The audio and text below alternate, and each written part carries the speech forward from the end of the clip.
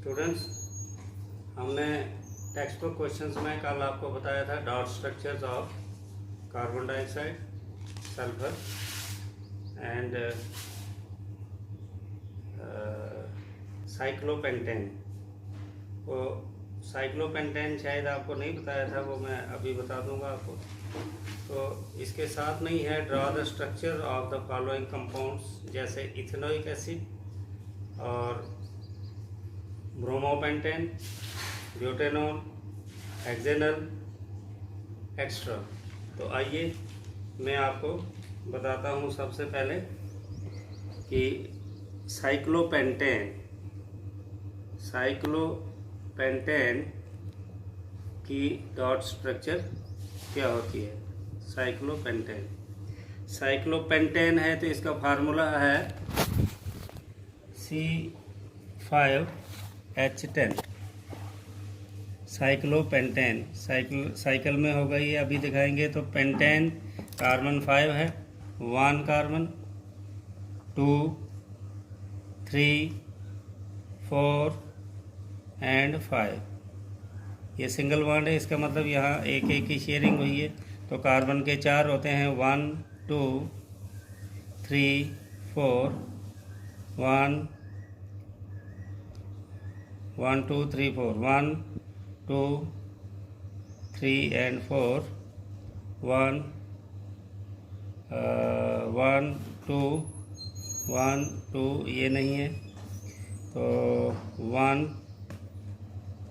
1 2 3 and 4। Similarly 1 2 3 and 4।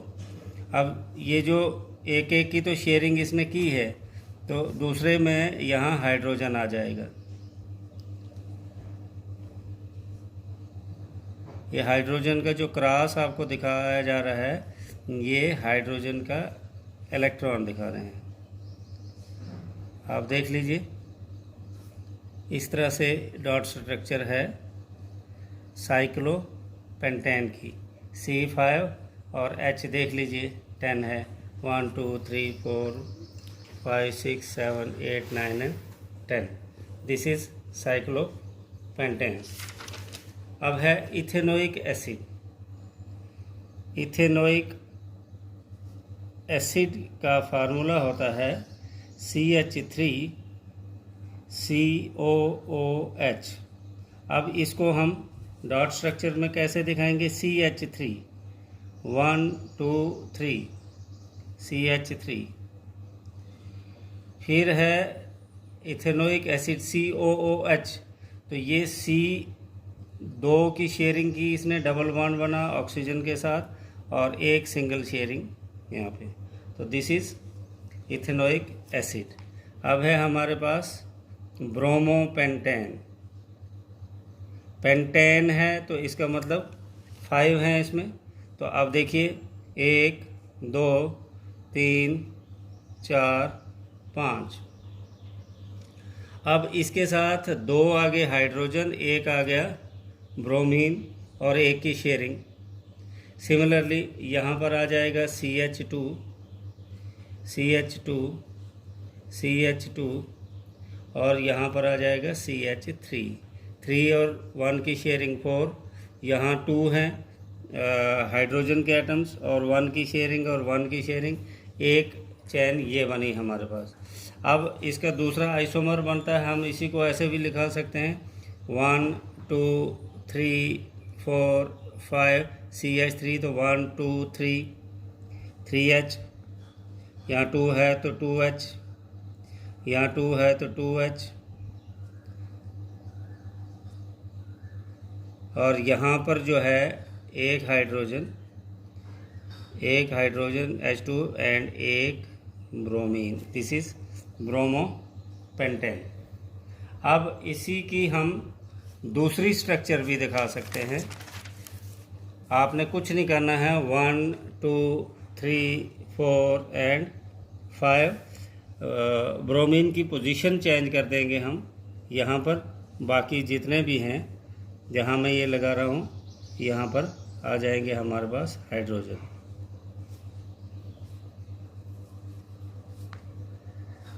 आप देख लीजिए, फार्मूला सेम, स्ट्रक्चर अलग अलग, तो ये दूसरा आइसोमर्स आ गया। इसी तरह से नेक्स्ट हम 1 2 3 4 5, अब हम यहाँ जो है इसको दिखा देंगे ब्रोमीन को, बाकी सेम।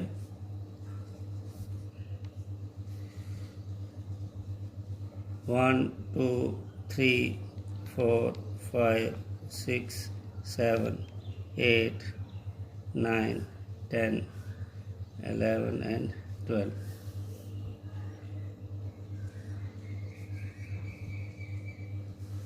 ब्रोमीन को मिला के 12। इसी तरह से हमने ये डिफरेंट इसके बता दिया। अब है ब्यूटेनॉन। ब्यूटेनॉन को कैसे दिखाना है हमने? ब्यूटेनॉन का फार्मूला होता है CH3 CH2 CO CH3। तो इसको हम लिखेंगे CH3, ये आगे 3, CH2, ये आगे 2। अब है CO, इसका मतलब है कि C डबल बॉन्ड O और साथ में है CH3, तो CH3। अगर आप इसको अंडरस्टैंड करेंगे तो ये बहुत सिंपल हो जाएगा। अब है हमारे पास हेक्सेनल। हेक्सेनल को हम कैसे दिखाते हैं? CH3 CH2 CH2 CH2 CH2 CHO। ये CHO या यहाँ पर CO जो था ये फंक्शनल ग्रुप आता है हमारे पास। तो यहाँ पर CH3 पहले 5 दिखा देंगे, 1 2 3 4 5 6, 1 2 3 4 5 6, यहाँ H, और ये फंक्शनल ग्रुप हो गया। बाकी सब के सब जो है वो हाइड्रोजन के एटम है। 1 2 3 4 5 6 7 8 9 10 11 12 और ये डबल। इसको बार बार प्रैक्टिस जब आप करेंगे तो आप जो है ये डॉट स्ट्रक्चर अंडरस्टैंड कर देंगे, कंफ्यूज नहीं होना। तो लास्ट में आयनिक कंपाउंड्स का मेल्टिंग पॉइंट हाई क्यों होता है?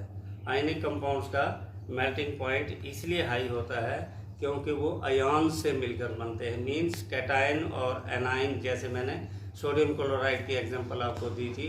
सोडियम क्लोराइड ने एक इलेक्ट्रॉन लूज किया तो वो कैटायन बन गया, और क्लोरीन ने एक गेन किया तो वो एनाइन बन गया। कैटायन और एनाइन जो है नेगेटिव पॉजिटिव चार्ज एक दूसरे को अट्रैक्ट करते हैं। उनके बीच में जो एटम्स के बीच में फोर्स ऑफ अट्रैक्शन है वो बड़ी स्ट्रांग होती है।